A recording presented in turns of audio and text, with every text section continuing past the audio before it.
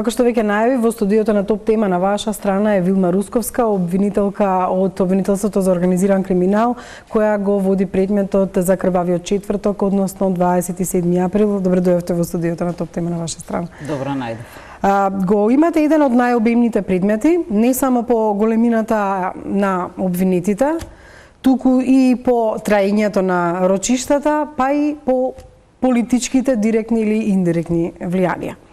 Со оглед на тоа што во претходната недела се случува работи пак поврзани со дел од обвинетите, а беа поврзани со политиката, дадовте тогаш една куса изјава кога ве прашаа новинарите зошто не поднесовте жалба на ослободувањето од куќен притвор, вие кажавте дека сте ценеле дека нема потреба. Што ве премисли овој пат, за разлика од претходните неколку пати, кога тие не им беше одобрено да бидат на пратениците Муковски, Василевски, Арнудовски пуштени од куќен притвор? Вака, јас кажав тогаш дека воопшто не го ценам куќниот притвор како таква институција, од причина што доколку обвинетиот биде огласен за виновен, куќниот притвор му влегува во казната затвор.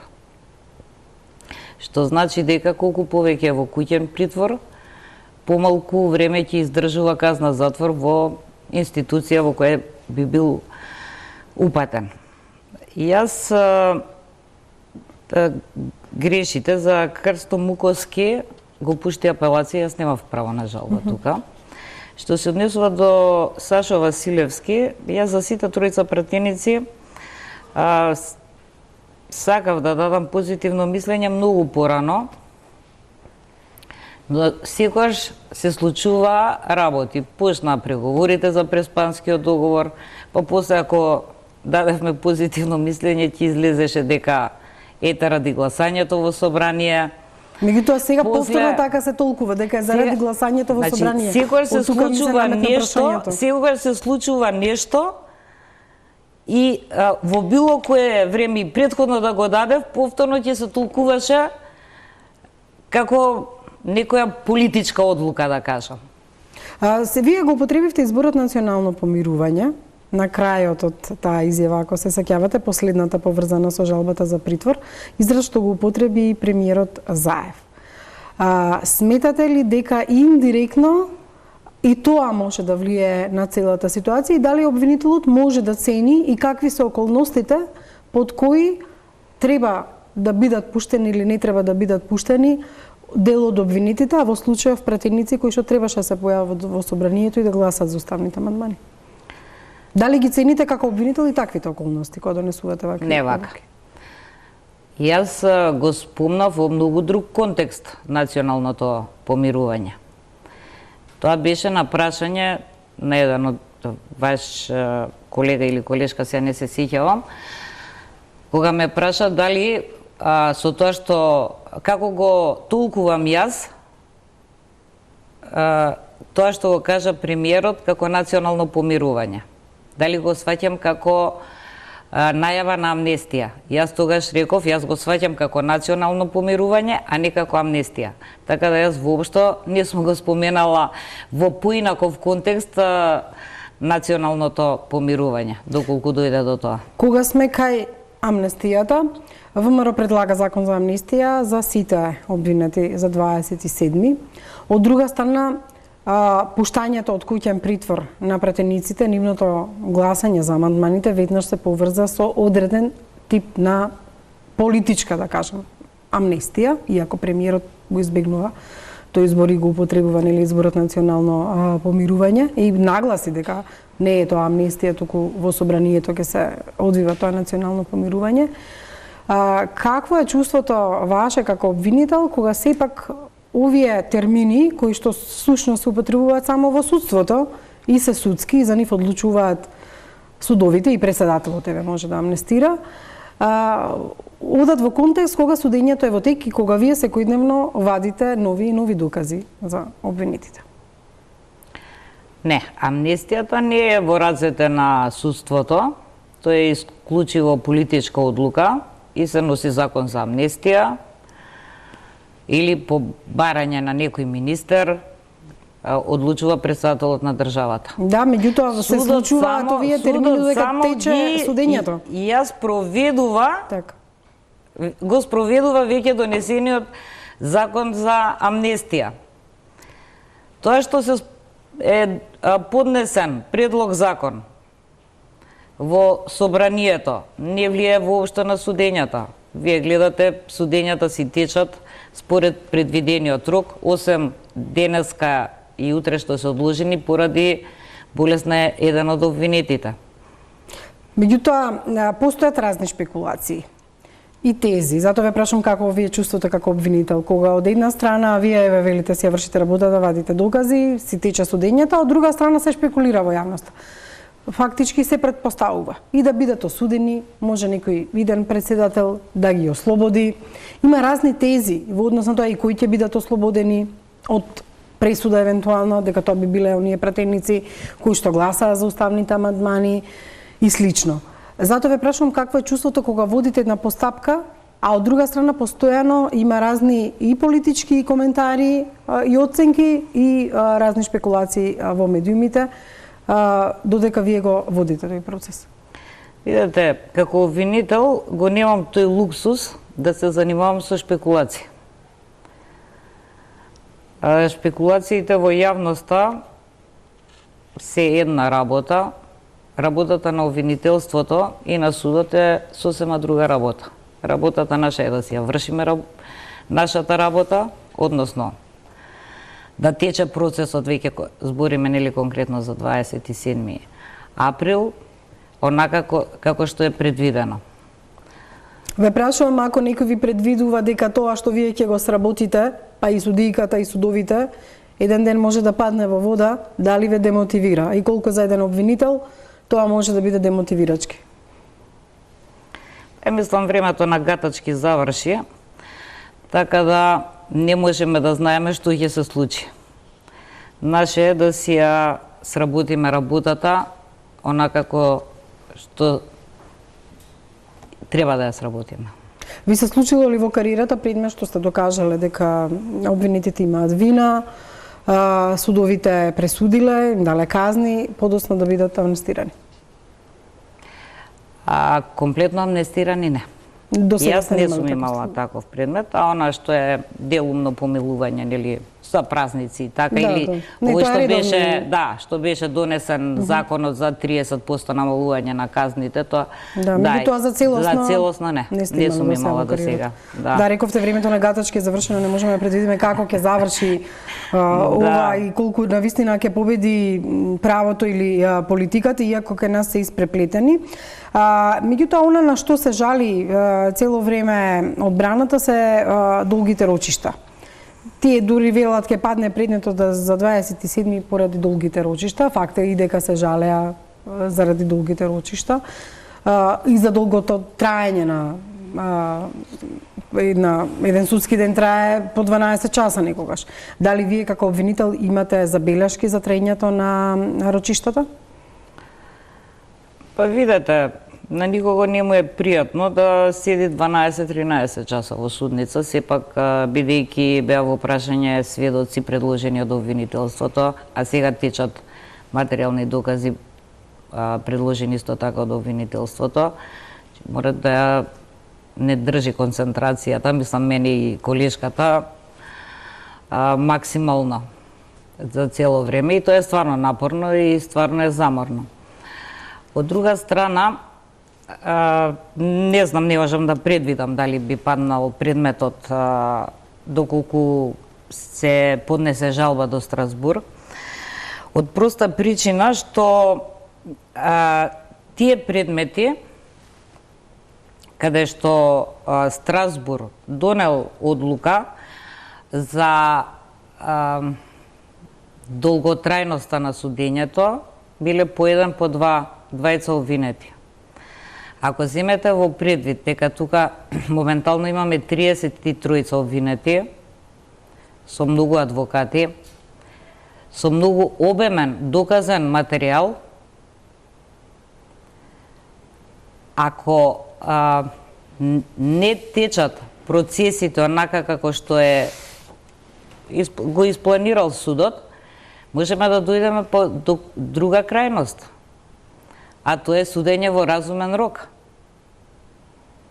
Да, ги компарирате обемноста на... Така е, на предметот, на доказите, на обвинетите, тогаш стварно би дошло во прашање колку години би требало судењето? Колку години би требало судењето, да, и тогаш би било она жалбата за судење во разумен рок. Адвокатите на обвинетите имаат многу спротивни тврдења нормално од вас како обвинител, дека нема ниту тероризам, дека не е резултат на некоја планирано сценарио и слично. Еве да ги видиме нивните забелешки за да можеме да продискутираме какви се фактите со кои што вие всушност се спротивставувате едни со други на судот.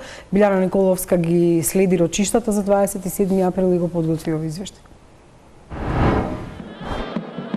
Зурли, тапани транспаренти беа дочекани како патриоти, обвинети се за терористичко загрозување на уставниот поредок. Уште во воведните зборови на стартот на судскиот процес за 33-цата обвинети, обвинителството потврди настаните насилството од 27 април лани не се резултат на зовриени емоции, туку испланирано сценарио. Адвокатите на обвинетите пак тврдеа спротивно, дека нема ниту Т од тероризам. Обвинителството продолжува со предистражната постапка и собира докази и за други лица што сметаме дека се одговорни за настаните на 27 април минатата година. Кој ќе имаме цврсти докази и за организаторите или нарачателите, вие кои што ги викате, тогаш и тие ќе бидат обвинети. До сега се обвинети само лицата за кои навистина имаме цврсти докази. Благодарам на јавното обвинителство што не просветли и во иднина морам да ветам дека ќе бидеме многу по-ажурни и повеќе ќе се трудиме да го читаме законот, да конечно можеби еден светол ден да го осознаеме она за кое што обвинителството така вично и со многу докази ги обвинува овие лица. Обвинението прави шема на тоа како бил организиран нападот на собранието. Ги подели обвинетите на 4 групи. Првата се од патриотските здруженија, кои организирале вкупно 68 маскирани напаѓачи кои учествувале во инцидентите. Втората група обвинети се вработените во МВР, кои не презделе никакви дејства да спречат насилство. Во третата група се пратениците кои според обвинението го изневериле собранието и принципите на кои се заколнале. А во четвртата група биле организаторите на протестите, кои со подпалувачки говори ги поттикнувале граѓаните да влезат во собранието, каде на 27 април немало политичка реторика, туку примитивно насилство. Телефонскиот повик одвиен од телохранителот на Никола Груевски и дека оттаму стигнала наредбата за почеток на дејствата се напишани во обвинението. За тој дел нема обвинети. Груевски е повикан како сведок на одбраната на братот на телохранителот. Реално не ни беше во државата тој ден, така да апсолутно не сметав дека треба да биде повикан од страна на обвинителството. А на кои околности ќе го испитува одбраната, ќе видиме. Судскиот процес за крвавиот четврток започна во среда, на 22 август, и предизвикува големо внимание од самиот старт па до сега. Карактеристично е што меѓу 33-цата обвинети има 5 пратеници, 38 сведоци предложени од обвинителството, а меѓу нив премиер, министри, новинари, полицајци и разузнавачи. Повеќе од 70 часа снимен материјал од камери, што безбедносни, што новинарски, но и СМС и Вибер комуникации. Еден заштитен сведок, С1, на кој делови од сведочењето дадено во истрага се објавени, но она што го кажа во суд е заштитено. Рочишта има, речи се секој ден, траат до доцна и поработно време, а во овој процес се одржа и најдолгото рочиште во историјата, кое траеше 14 часови. Кавгите меѓу адвокатите и судиката Добрила Кацарска, која го води случајот, се чести, кулминираа со поставување заменски адвокати. Утре можете вие да имате правен проблем. Може било кој во држава да има правен проблем, а адвокатурата не е во состојба со ваквиот однос на судот да ги обезбеди правата на граѓаните на Република Македонија. Како може да им бидат поставени бранители по службена должност на лица кои што имаат право на бранител по свој избор? По свој избор. Со сила? Ако не, тогаш нека се изрече денеска пресуда и ние нема веќе да бидеме ни декорни ништо. Не сме потребни очигледно. Крвавиот четврток ја тресеше јавноста, тогаш ја тресе и сега. Од слобода се бранат оние кои дадоа гаранција во пари дека нема да бегаат. Останатите се уште се или во домашен или во затворски притвор. На пратениците Љубен Арнаудов и Сашо Василевски кривичниот суд им го укина притворот ден пред гласањето за уставните измени. На Крсто Муковски часови пред гласањето. Ке замолам госпоѓата јавна обвинителка што го води овај процес, госпоѓата Русевска и госпоѓата Кацарска, да земат во увид за еден процес каде што се води делото 313, да биде со еднаков аршин, не поделеност. Или сите ќе бидат на слобода, или сите ќе бидат во притвор. Не може 11 души што нема материјално средства да бидат притворени, а тие што имат и што биле функционери и што ги штити државата со дупли аршини да бидат на слобода. Целта бил Зоран Заев, сведочеа неколкумина сведоци, но има ли организатор на крвавиот четврток, засега одговор нема.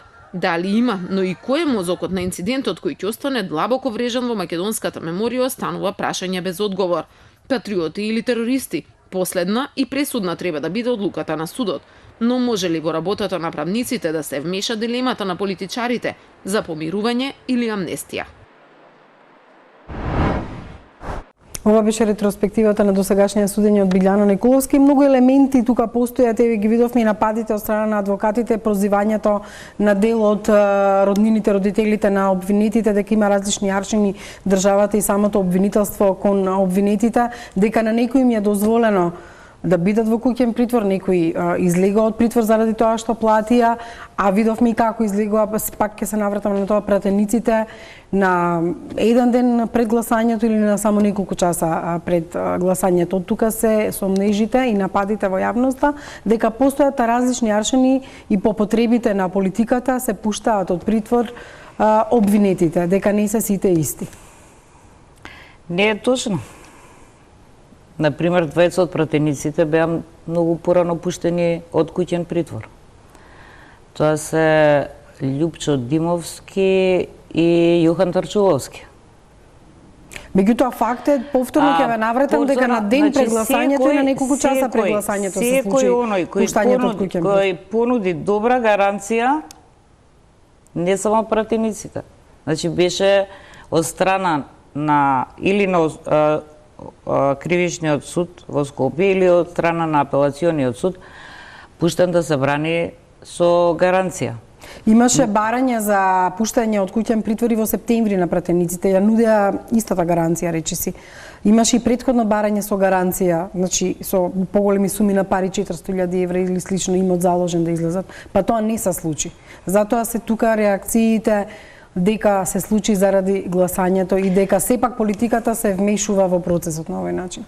Не, пак се навраќаме на истото. Јас ви кажав, еве тогаш да се пушташе, ќе беше дека се пушта само ради тоа за да се гласа за договорот од Преспа. Чи па во секој случај, кој да се случеше тоа, секогаш имаше некоја политичка позадина од страна на јавноста. Меѓутоа тоа беше брутално, неколку часа пред гласањето Крсто Муковски беше пуштен од куќен притвор за да може да допатува во собранието и да гласа. Ви кажав и на почетокот, Крсто Муковски беше пуштен од страна на апелациониот суд, каде што обвинителството нема право на жалба, затоа што е тоа конечна одлука. А за претходните рековте веќе дека тоа можеше да се засмета во казната и вас секако не ви одговара. Зошто не бара? Практично и самата рековте дека и вие можевте и самата да го побарате или да дозволите да излезат од куќен притвор, меѓутоа ценевте цело време дека што и да направите ќе биде протолкувано како вмешување во политика и сега велите дека ето заради тоа се толкува. Од тука цело време се вртиме во круг со прашањето колку вие можете реално навистина да си ја работите обвинителската работа во еден ваков комплициран случај? Дали некој ќе биде пуштен од притвор, дали некој ќе биде пуштен од куќен притвор, воопшто не влие врз самиот судски процес. Нема никакво влијание. Значи, И може би нема порано зошто да не можам да си ја вршам јас мојата работа, а судот неговата. Оно на што забележуваат адвокатите и основното беше уште кога се постави делото.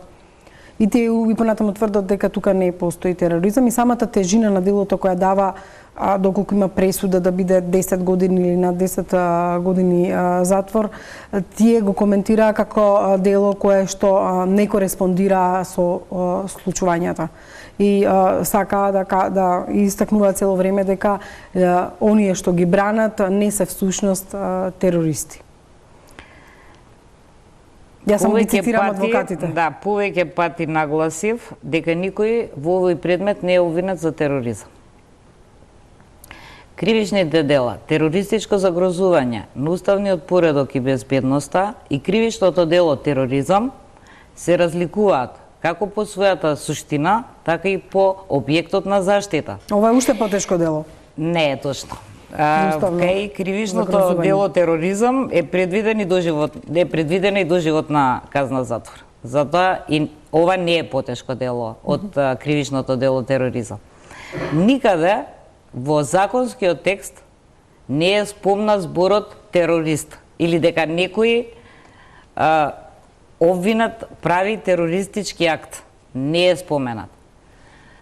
Ова е само еден несреќен избор, според мене, на законодавецот на насловот на кривичното дело. Да, меѓутоа, еве, за јавноста звучи дека тие се всушност обвинети за некаков терористички акт за нарушување на уставниот поредок. Не. Тие се обвинети затоа што со акт на насилство предизвикале страв и несигурност кај граѓаните на Република Македонија. Тие се за тоа обвинети. Она што исто така се наметна во текот на процесот е дали ќе биде повикан за сведок и Груевски. Вие видовме во изјавата, велите во тоа време не бил во Македонија и цените дека не треба да биде повикан, меѓутоа одбраната може да го повика. Како би го испрашувале и дали би го испрашувале доколку судот одобри да биде повикан за сведок? Ако одобри судот, тогаш одбраната ќе го испитува со директни прашања, а јас како обвинител имам право да го испитувам со вкрстени прашања. Значи не ја исклучувате можноста да биде испрашан и од ваша страна. Апсолутно. Меѓутоа не цените дека требаше како обвинител да го повикате? Со оглед на телефонскиот повик од неговиот телохранител, така го поврзуваат. Па добро, може ќе биде некогаш повикан. Сега за сега ценев дека не треба да биде повикан. Зошто се води тој дел од истрагата против НН лица? Не се води против НН лица. Се води против лица за кои собираме докази дека може да се организатори на овој настан, но нормално предистражната и истражната постапка и според Законот за кривична постапка се тајност, така да не можеме да откриваме имиња.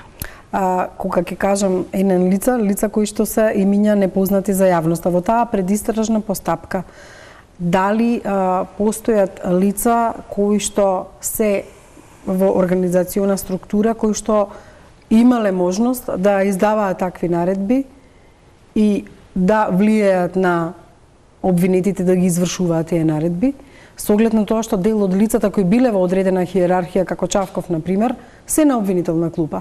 Ама пак, од друга страна, еве да речеме Трајко Велјановски, кој е во тоа време претседател на собранието, не е на обвинителна клупа. Па како што ви реков, не смеам да шпекулирам со било какви имиња, така да кој ќе соберам доволно докази, ќе донесам наредба за спроведување на истражна постапка. Покажавте снимки во последниве рочишта во кои што се гледа што се случуваше пред кабинетот на спикерот Велјановски, колку долго тоа трае, кои лица се вмешани и како.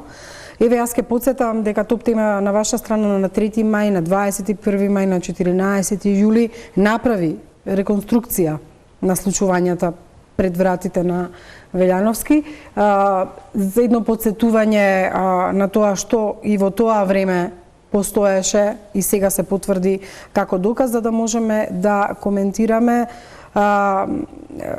која е тогаш целта на овие снимки и зошто. Да го видиме тој прилог.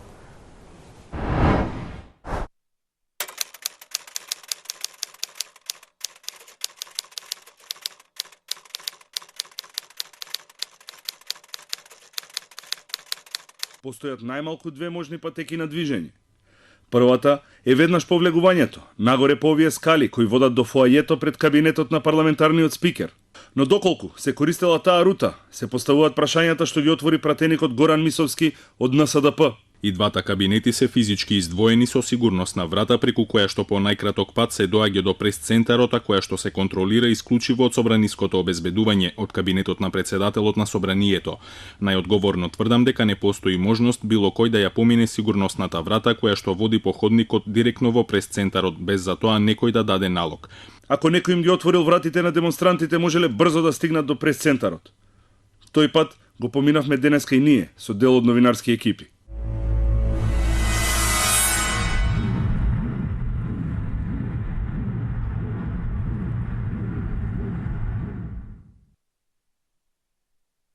Второто можно сценарио е веднаш по влегувањето во главниот хол, демонстрантите да се упатиле лево, преку фоајето крај дебатната сала, а оттаму преку овие кружни скали.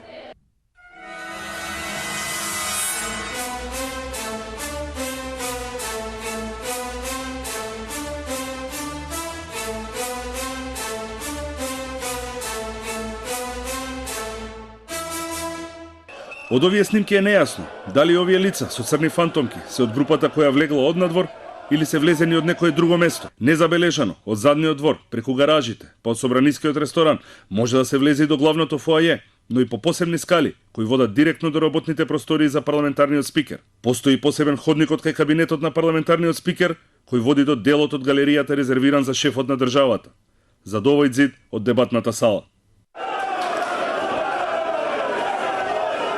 Кој го командуваше нападот? Кои се планерите и инспираторите? Кои се оперативците кои го реализираа сето ова? Од досега познатите детали во насилниот упад биле вклучени полициски службеници, припадници на АРМ и лица од подземјето.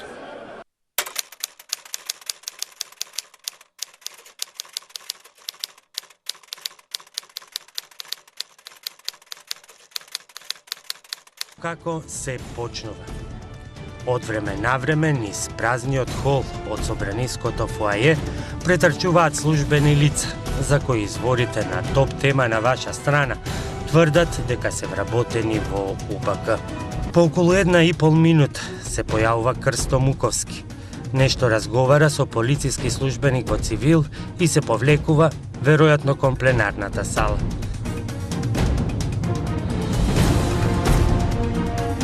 Но за безмалку 1 минута се враќа, разговарајки на телефон. Кратко потоа трчува и до главната врата.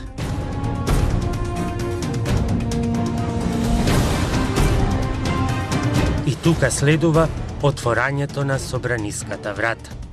Сашо Василевски, пратеник од ВМРО ДПМНЕ, е првиот кој истрчува кон една од главните врати во обид да ја отвори.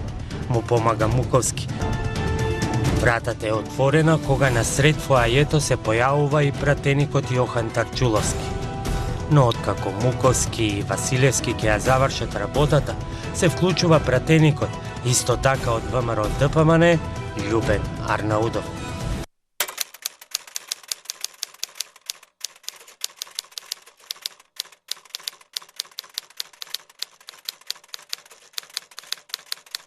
На сведоците, на новинарите, пратениците, вработените во собранието и ангажираните полицајци, при давањето искази им се покажува фотографијата на која 12 луѓе од патриотските здруженија позираат спроти собранието пред споменикот со вечниот оган.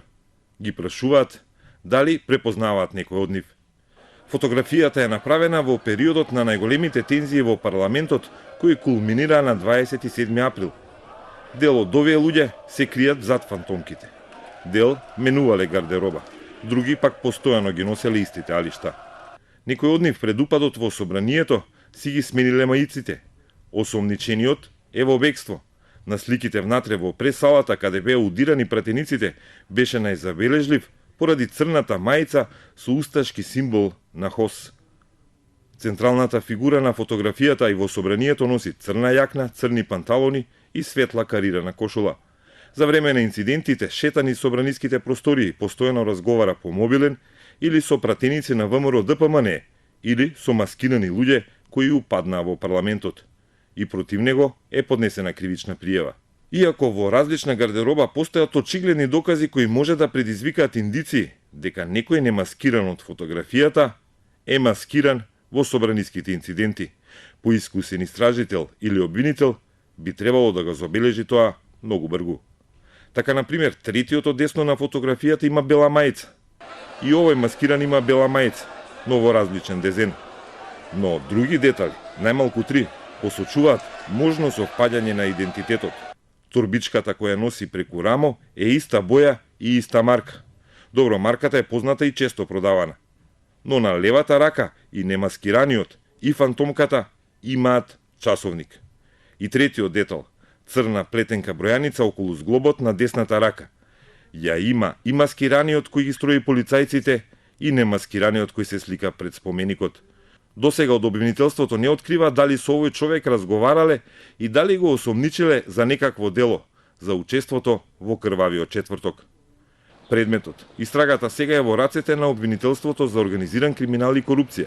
Скопското обвинителство до 31 мај поднесуваше обвиненија само за учество во толпа која ќе стори кривично дело. Ова беа извадоци од нашите емисии во мај и во јули, каде што и ние направивме една ретроспектива на тоа како се движела толпата и на снимките се гледа, кажав дека толпата се движи покрај кабинетот на Трајко Велјановски, дека таа врата која всушност е безбедносна, блиндирана, се отвора на копче и слично, е на некој начин отворена. Од друга страна, Трајко Велјановски го нема на снимките, тоа е за цело време во својот кабинет. Неговиот телефон беше одземен во однос на оваа постапка. Има ли докази и поврзаност на тие снимки со тогашниот претседател на собранието, односно неговиот телефон? Па ако ќе дојдеме до поврзаноста, веројатно ќе биде обвинет. Значи, верувајте, никој ради позицијата што ја имал или што моментално има, доколку собереме доволно докази, нема да биде исклучен од кривично гонење. Меѓутоа, без нарачителите на сето она што се случувало на 27 април, каква е смислата на еден ваков предмет? Бидејќи сите овие за кои што колегите Миомир и Чанчаревич зборува се на некој начин извршителите на наредбите кои биле давани, а тоа се гледа и на снимките, дека некој ги координира, некој ги упатува, некој им дава наредби по телефон и слично. Меѓутоа, сето тоа кој е организирано, кој е мозокот на сето тоа, треба да се открие. Потполно се согласувам. Че не сме направиле ништо ако не дојдеме до организаторите и да бидат и тие обвинети.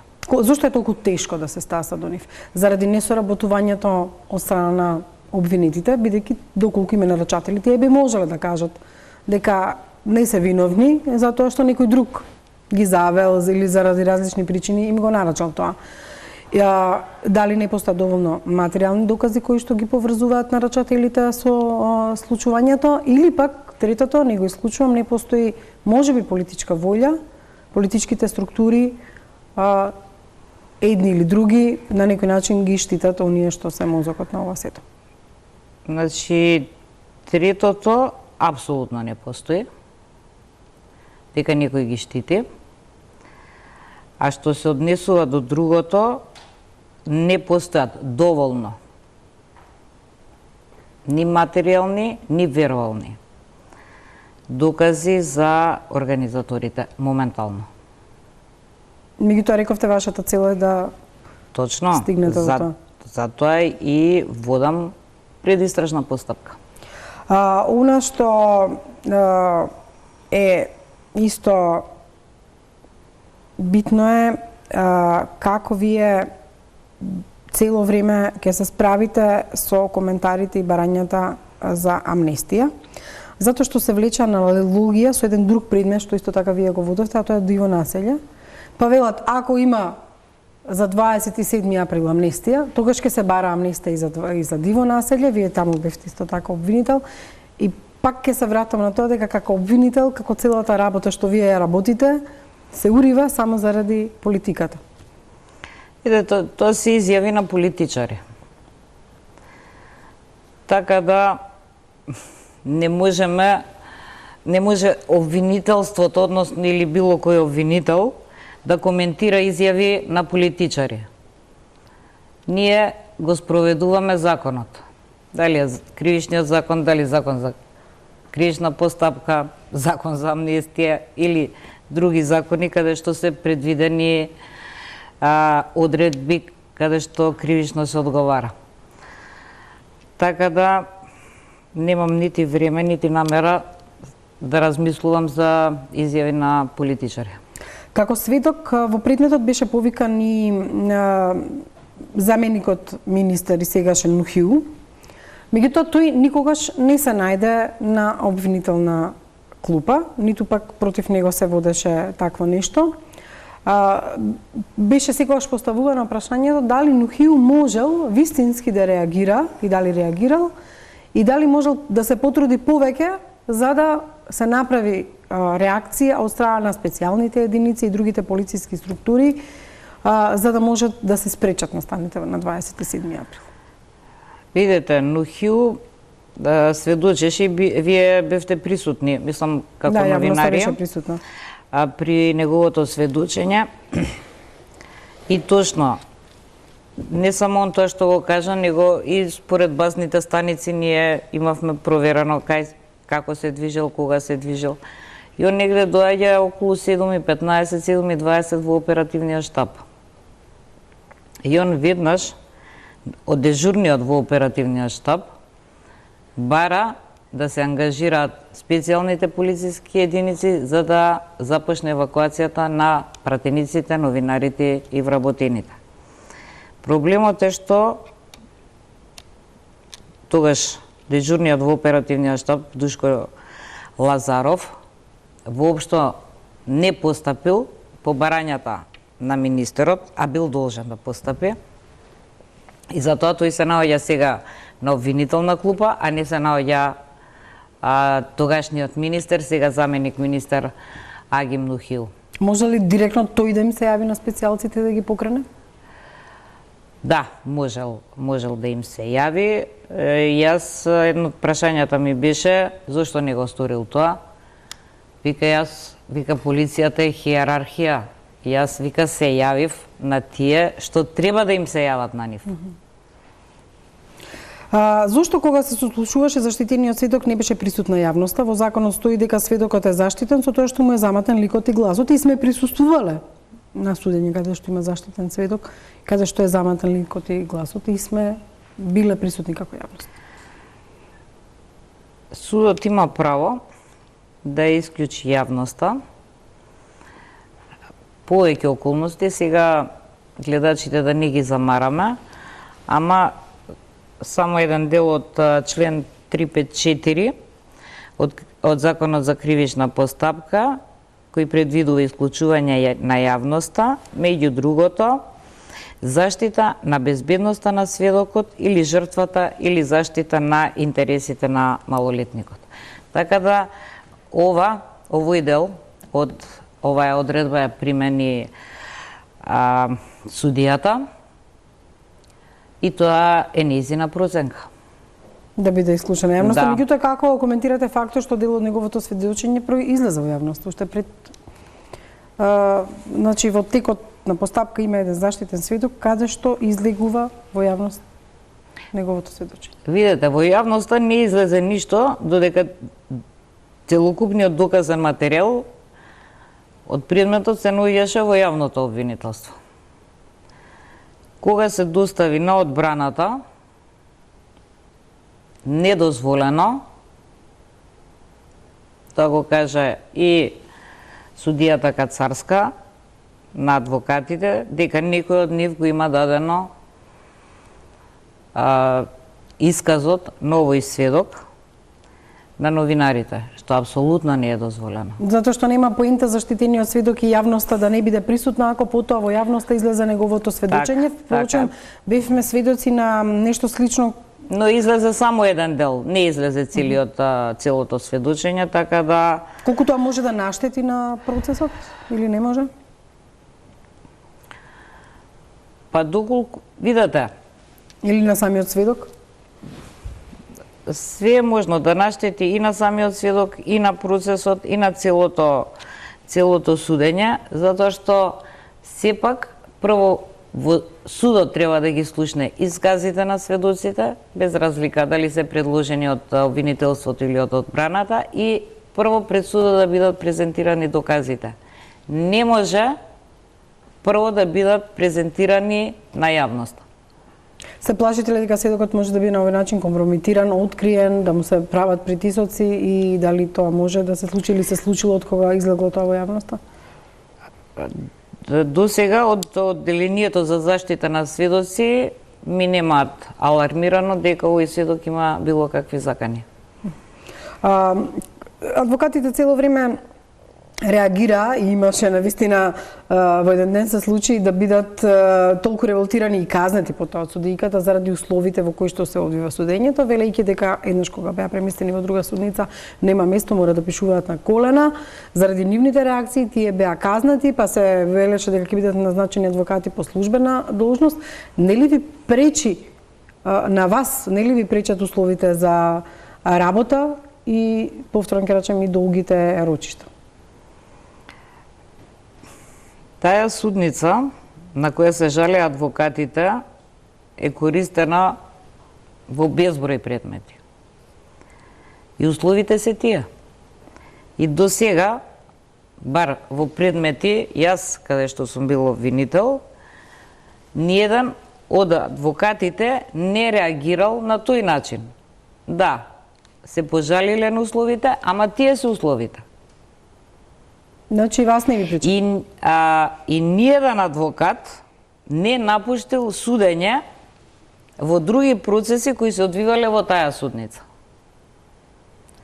Во таа судница ние ги сослушувавме заштитените сведоци од диво населје. Да, беше проблем со диво населје, зашто немаше ни судница, па Врховен суд дали ќе дозволи и слично имаше многу. Не, него во Врховен суд не беше возможно технички да се сослушуваат заштитените сведоци и затоа беа сослушувани во оваа судница.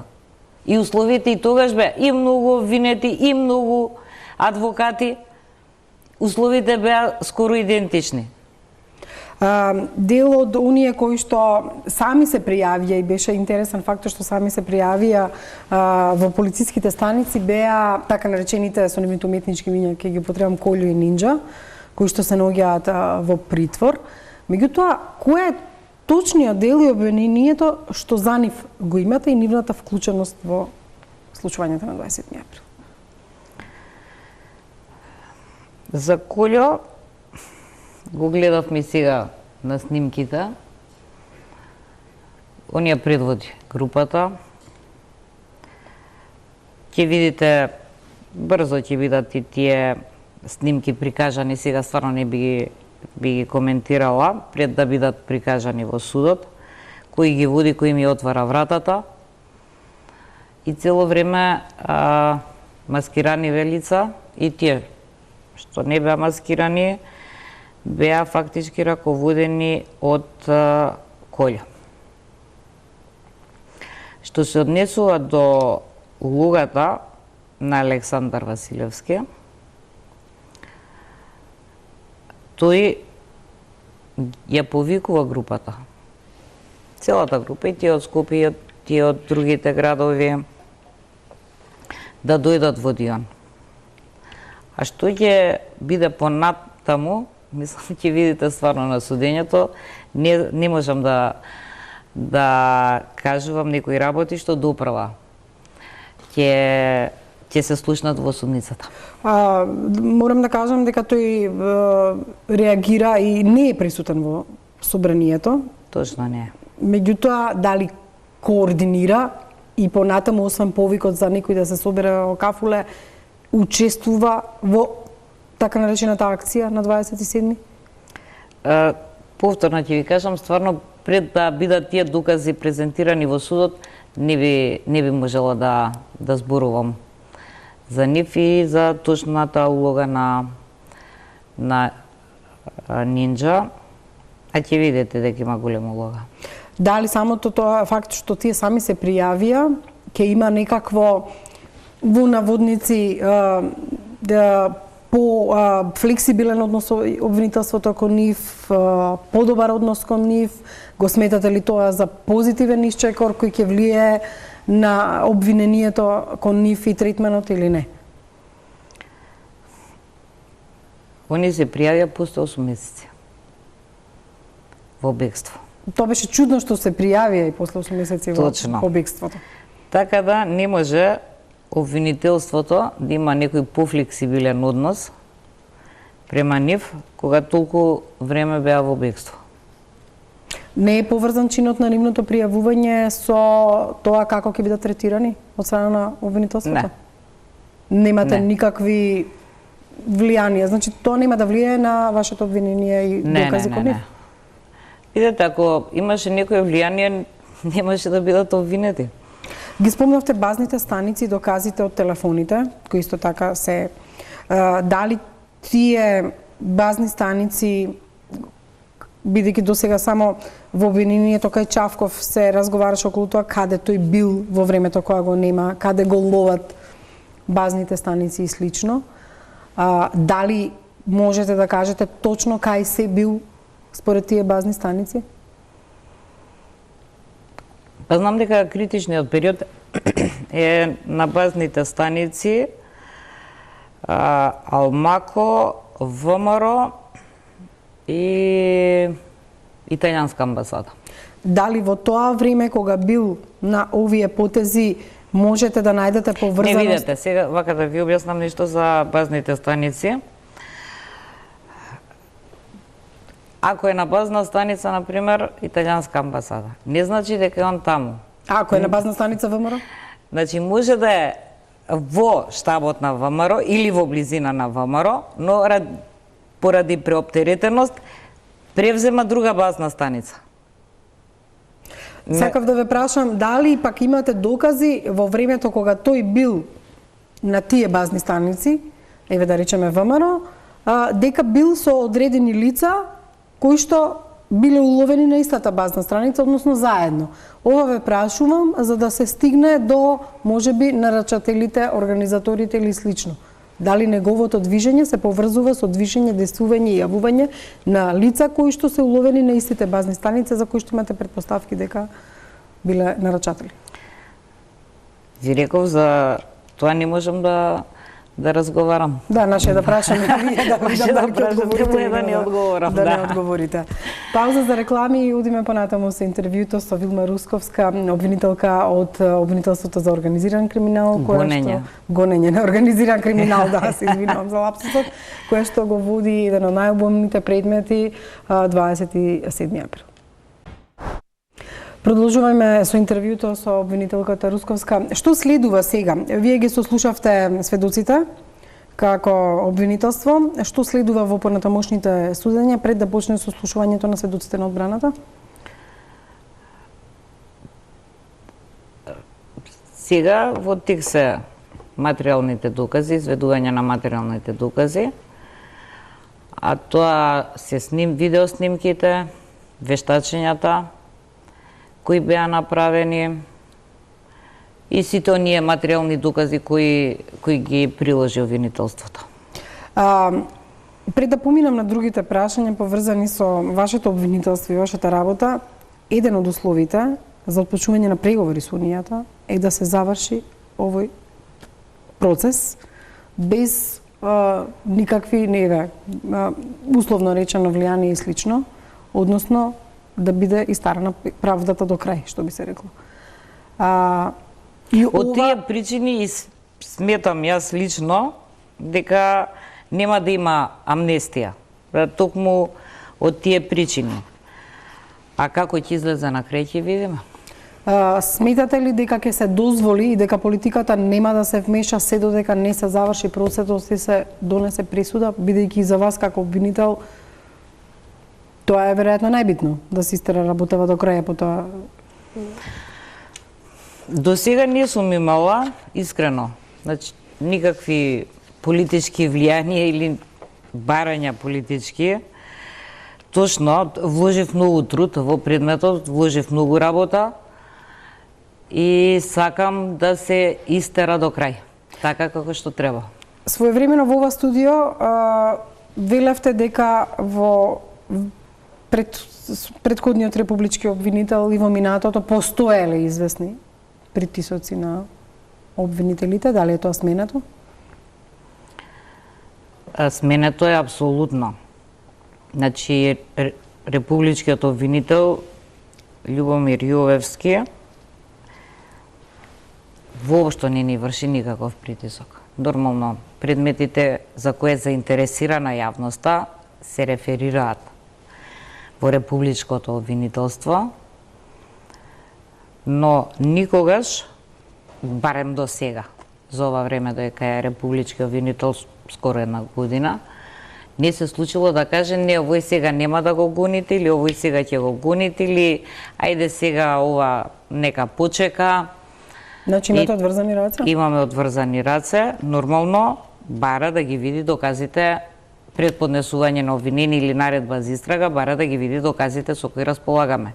И повторно ќе нагласам само за предмети за кои јавноста е многу заинтересирана. Постоја предмети кои што беа во предистражна постапка и заслушување од актуелната власт и во областа на здравството, тендери и слично. До каде се тие предмети и зошто не се отворени? И водите ли вие такви предмети? Ако велите дека веќе нема притисоци, зошто пак нема предмети отворени? Кога се работи за предмети од економски криминал, јавноста треба да знае дека стварно е потребно време да се дојде до наредба за истрага, а потоа и до обвинение.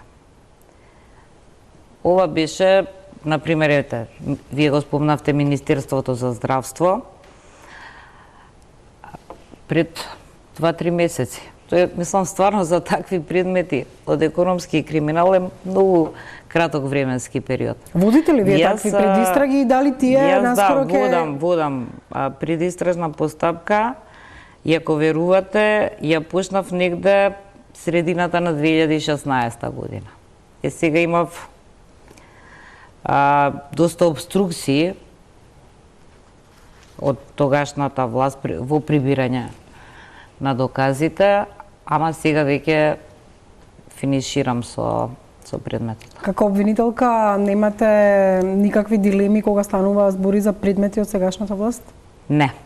Иако Апсолутно. се жалевте многу на претходната власт и на претходниот обвинител. Апсолутно немам никакви дилеми.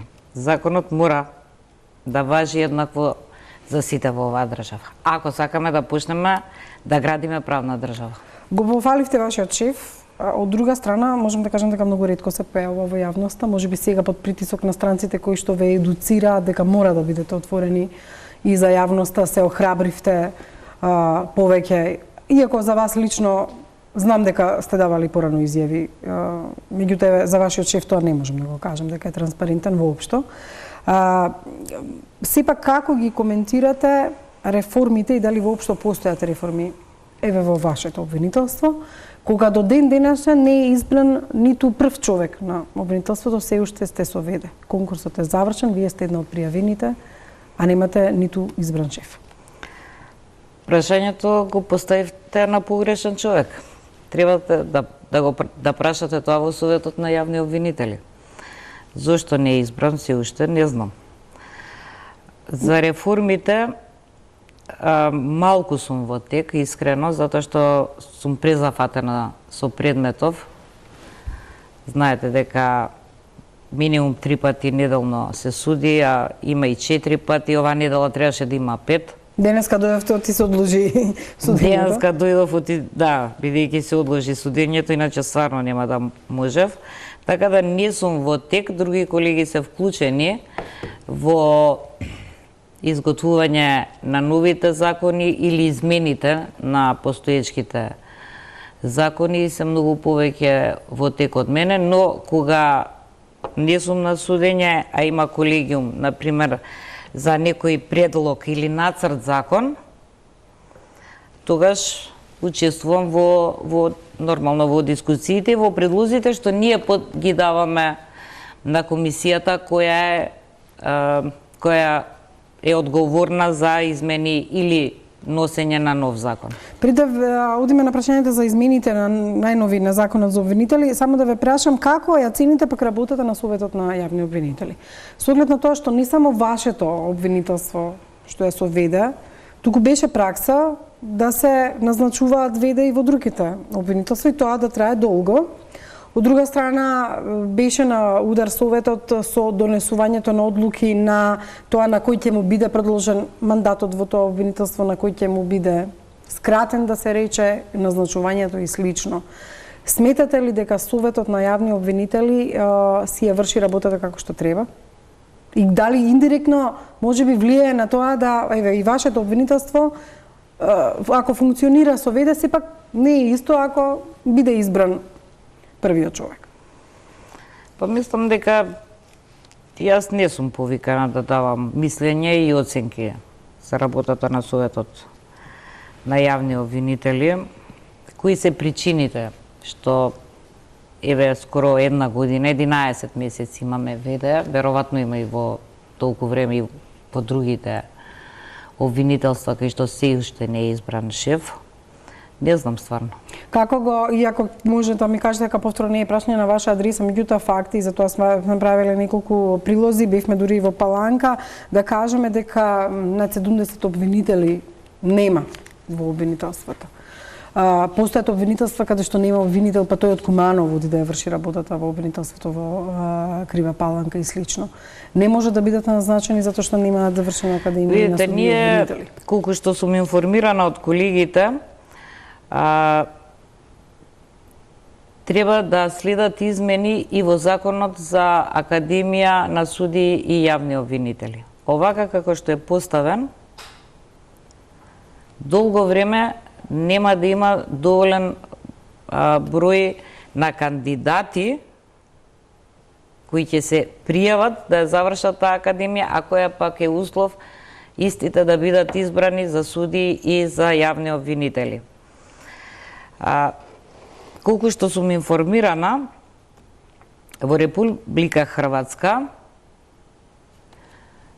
услов да се стане обвинител или судија исто така е завршување на академија, но може и долгогодишен стручен соработник со полагање на завршниот испит да конкурира, односно да биде избран за судија и јавен обвинител, што е многу исправно според мене. Значи тоа може да биде едно од решенијата. Стручни соработници со години работат под туторство на повеќе обвинители. И верувајте дека многу повеќе знаат, имаат многу повеќе искуство од тие што ќе завршат академија. Бидејќи имаме време за неколку блиц прашања, ме интересира како ги коментирате најновите измени за законот за обвинители. Дали не сметате дека може да ви се случи да се направи обвинителство во обвинителство со донесувањето на одлуката да се направат обвинители кои ќе гонат само службеници, односно полицајци и од судска полиција, например. А вие што ќе работите? Тоа прашање го поставувам затоа што на некој начин дел од работата ви ги зема и СЈ. И вие гоните криминал, корупција и слично. Со тоа што искрено го немате тој луксус како нив да имате толкави екипи и помошници. Да, точно го немаме тој луксус како нив. Не, нема да земат ингеренции од да превзимаат дел од нашите ингеренции затоа што ова воопшто не спаѓаше во работата, овие кривични дела воопшто не спаѓаше во работата на обвинителството за гонење на организиран криминал и корупција. Меѓутоа, ако има полицајци кои правеле организиран криминал на граничните премини, да кажем. Добро, тоа да. Имавте случаи такви. Добро, тоа со цариници и со полицајци. Да, али само ако е како организирана група, иначе за сите други кривични дела што ги сториле полициски службеници, надлежно беше основното обвинителство Скопје или некое друго надлежно основно обвинителство. Но овака поставен законов, ова е само да им појасниме на гледачите дека ова е само дел од измените во Законот за јавно обвинителство. Допрва следат измени и се уште е во комисијска расправа Законот за јавно обвинителство. Овака како што е поставен, ние имавме многу забелешки кога ни беше пратен нацрт законот, но видовме дека ниедна од нашите забелешки не беше прифатена и усвоен таков кој што е. И кога се чита внимателно, се доаѓа до заклучок дека всушност не е одделение на обвинителството за гонење организиран криминал и корупција, туку на некој начин се ствара обвинителство во самото обвинителство. Да, меѓутоа, на кои му одговараат? Кому му одговараат? Што е најтрагично во законот, одговараат на основниот јавен обвинител на обвинителството за гонење на организиран криминал и корупција, односно на шефот на тоа обвинителство и на советот на јавни обвинители, а воопшто не одговараат на јавниот обвинител на Република Македонија. Со само тоа апсолутно се нарушува хиерархијата и субординацијата на јавното обвинителство. А дали има шанси ова бидејќи вашите забелешки не се прифатени, зачудува фактот што е вака оставено? Во друга фаза може ли да се смени? Па се надевам дека ќе имаат слух сега, бидејќи ќе следат и други измени на Законот за јавно обвинителство и овие небулози овдека што се... Па да, има, например, внатрешната контрола на МВР ги контролира тие службеници практично и понатаму? Не. Вака. Бидејќи полициските службеници беа надлежноста на внатрешна контрола беше над нив.